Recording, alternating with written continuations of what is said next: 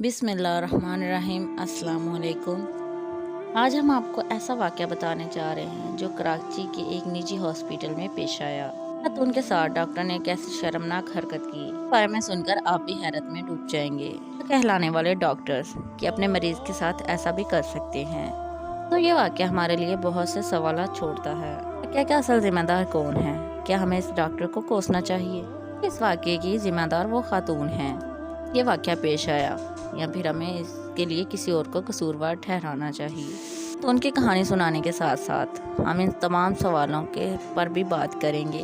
Video میں آگے بڑھنے سے پہلے نئے آنے والے دوستوں سے گزارش ہے کہ اگر آپ ہمارے چینل پر نئے ہیں تو ہمارے چینل کو سبسکرائب کر کے ساتھ والی بیل آئیکن کو دبا دیں۔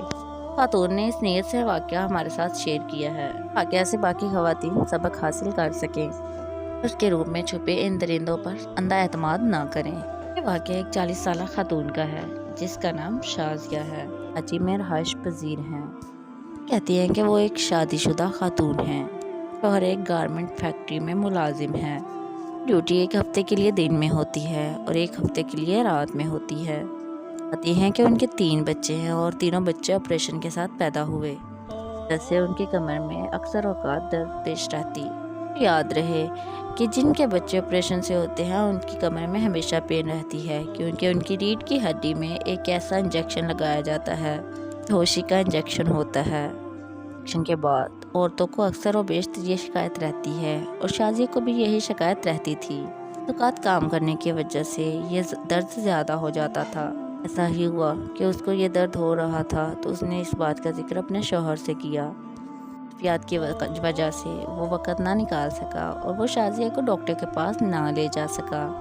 درد کی تکلیف کی وجہ سے درد سے مجبور شازیہ اکیلی ہی ڈاکٹر کے پاس چلی گئی۔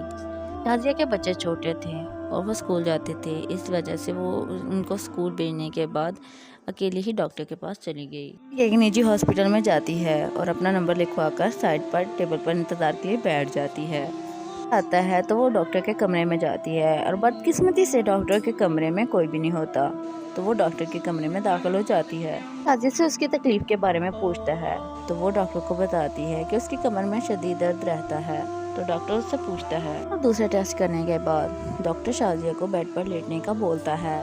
شازیہ کو شدید درد تھا، اس لیے وہ بیڈ پر یہ سوچ کر لیٹ گئی کہ شاید ڈاکٹر نے کمر کا معائنہ کرنا ہوگا۔ شازیہ کو الٹا لیٹنے کا بولتا ہے اور اسی کمر سے کپڑا ہٹا کر کمر کو مسلنے لگتا ہے۔ اندر کا شیطان جاگتا ہے اور وہ کہتا ہے کہ تمہیں ایک انجیکشن لگے گا، اس کو یہ درد مکمل طور پر ختم ہو جائے گا۔ ڈر سے نہیں ٹھالتی، اس لیے اس نے ڈاکٹر کی ہاں میں ہاں ملا دی۔ ڈاکٹر بیڈ کے آگے پردہ ڈال دیتا ہے اور باہر سے ایک انجیکشن منگواتا ہے، شازیہ کو انجیکشن لگا دیتا ہے۔ ڈاکٹر کا کہنا ہے کہ اس کے بعد اس کو اپنی آنکھوں پر بوجھ سا محسوس ہوا اور وہ نیم ہوشی میں چلی گئی۔ نیم ہوشی میں ہی تھی کہ اس کے ساتھ ڈاکٹر نے شرمناک حرکتیں کرنا شروع کر دی۔ وہ اپنی ہوس کا نشانہ بنا ڈالا۔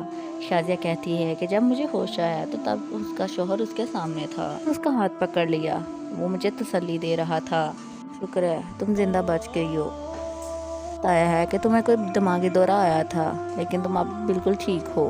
آنکھوں میں آنسو تھے اور میری زبان سے کوئی الفاظ نہیں نکل رہے تھے، بھی تو کیا کہتی اور کرتی بھی تو کیا کرتی، اور لاچار یہ سب کچھ دیکھ اور سن رہی تھی۔ میری طبیعت جب کچھ سنبھلی میرے شوہر مجھے گھر لے آئے، اندر گھٹتی رہتی اور کسی کے ساتھ بھی یہ بات شیئر نہ کر سکتی، نہ ہی اس درندہ صرف ڈاکٹر کا کچھ بگاڑ سکتی، بتاتی بھی تو مجرم ٹھہرتی۔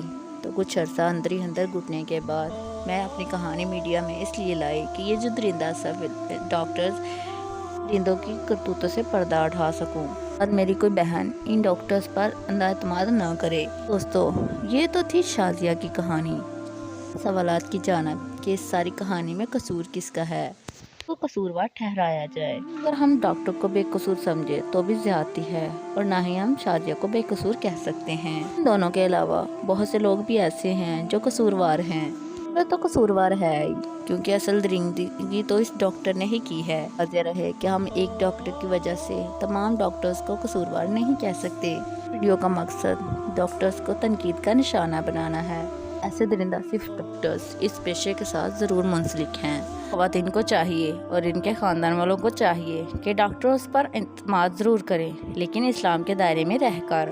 بڑے افسوس سے کہنا پڑتا ہے کہ آج کے ماڈرنائزیشن ماحول کے چکر میں ہم اسلامی تعلیمات سے بہت دور ہوتے چلے جا رہے ہیں۔ ہماری ساری پریشانیوں کی وجہ دین اسلام سے دوری ہے۔ اسلام کے مطابق دیکھا جائے تو عورت کو بغیر محرم کے گھر سے باہر نکلنے کے لیے اجازت نہیں دیتا۔ محرم مردوں اور عورتوں کو اکٹھا ہونے کی اجازت نہیں دیتا۔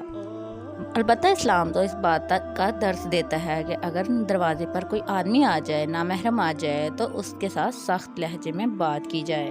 تو اس کے ساتھ کہنا پڑتا ہے کہ آج کی خواتین نہ تو پردہ کرتی ہیں، بلکہ پردہ تو دور کی بات، ان کا لباس ہی دیکھا جائے تو یہ مردوں کو کھلے عام دعوت دیتے ہیں۔ مرد ان کی جانب متوجہ ہوتے ہیں۔ جب خواتین گھر سے بن سور کر ایسا لباس پہن کر اپنے بالوں کو بکھیر کر باہر نکلیں گی تو لوگ بالکل ہی مرد ان کے جانب متوجہ ہوں گے، بلکہ ان خواتین کو اس بات کا ذمہ دار ٹھہرانا چاہیے جو اس طرح کا لباس پہن کر باہر جاتے ہیں۔ ویڈیو کا مقصد نہ تو کسی پر تنقید کرنا ہے اور نہ ہی کسی کی دل آزاری کرنا ہے، بلکہ اس ویڈیو کا مقصد ہے جو کہ گھر کا سربراہ ہے اسے اپنے خاندان اور اپنے گھر میں ہونے والے ماحول کے بارے میں معلوم رکھنا چاہیے، اور اس کے ساتھ خواتین کو بھی اپنے گھر کی عزت اور اپنے عزت کو بحال رکھنے کا سوچنا چاہیے، نہ کہ سوشل میڈیا کے پیچھے لگ کے اپنی عزت کو خراب کرے۔ جانتے ہوئے بھی پھر بھی ہم ان کو اپنے معاشرے میں رائج کر رہے ہیں۔ دوستو اس بارے میں سوچئے گا ضرور، ایسے واقعات رونما ہونے کی وجہ کیا ہے؟ آپ کے نزدیک قصوروار کون ہے؟ اس کے ساتھ بس اس ویڈیو میں اتنا ہی۔ اگر آپ کو ہماری ویڈیو اچھی لگے تو اسے اپنے دوستوں کے ساتھ شیئر کرنا مت بھولیں، اسے لائک ضرور کر دیں، اور اگر آپ کو اس طرح کی انٹرسٹنگ ویڈیوز پسند ہیں تو ہمارے چینل کو سبسکرائب کر کے ساتھ والی بیل کو ضرور دبا دیں تاکہ آنے والی ویڈیو سب سے پہلے آپ تک پہنچے۔